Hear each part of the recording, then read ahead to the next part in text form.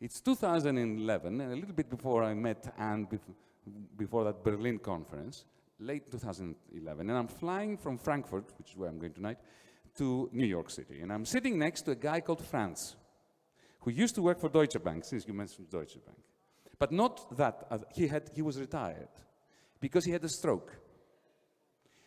And he told me the story. You know, you're on this plane for 10 hours sitting next to someone. He told me his life story.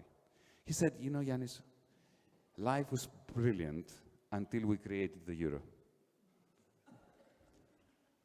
Why? Why for him?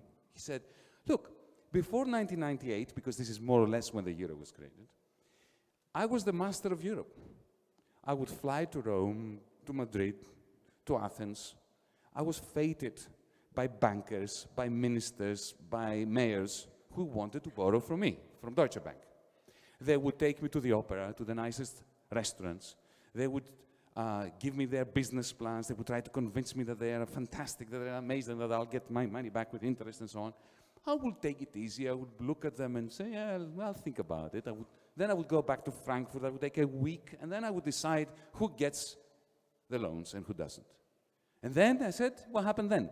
I said, when the euro began, suddenly life wasn't worth living. Suddenly I had a quota from headquarters to lend more than 2 billion a week. Suddenly I was going to Athens, I was going to Rome, I was going to Madrid, and I was begging them to take the money from me, because if I didn't lend that money to them, my bonus was jeopardized, and maybe my job was jeopardized, and that's how I have had my stroke. This is how our countries ended up with all this debt. Because Deutsche Bank suddenly realized that the more debt it created, the more of these betting slips, the more it managed to push them through to other institutions, foolish institutions like Deutsche Bank that were buying it, Royal Bank of Scotland and so on, from them. And this money, this merry-go-round, every time they were selling these pieces of debt to each other, they made more money, and they had to make even more money, and even more of that debt was built up. So that was the first point I wanted to make about Greece.